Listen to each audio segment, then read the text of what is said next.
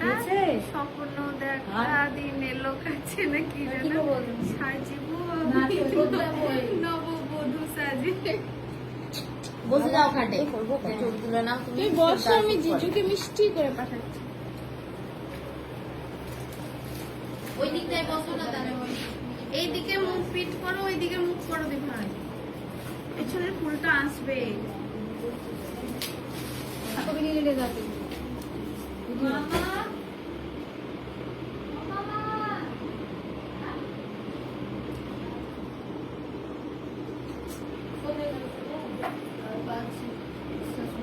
আমি পাচ্ছি না।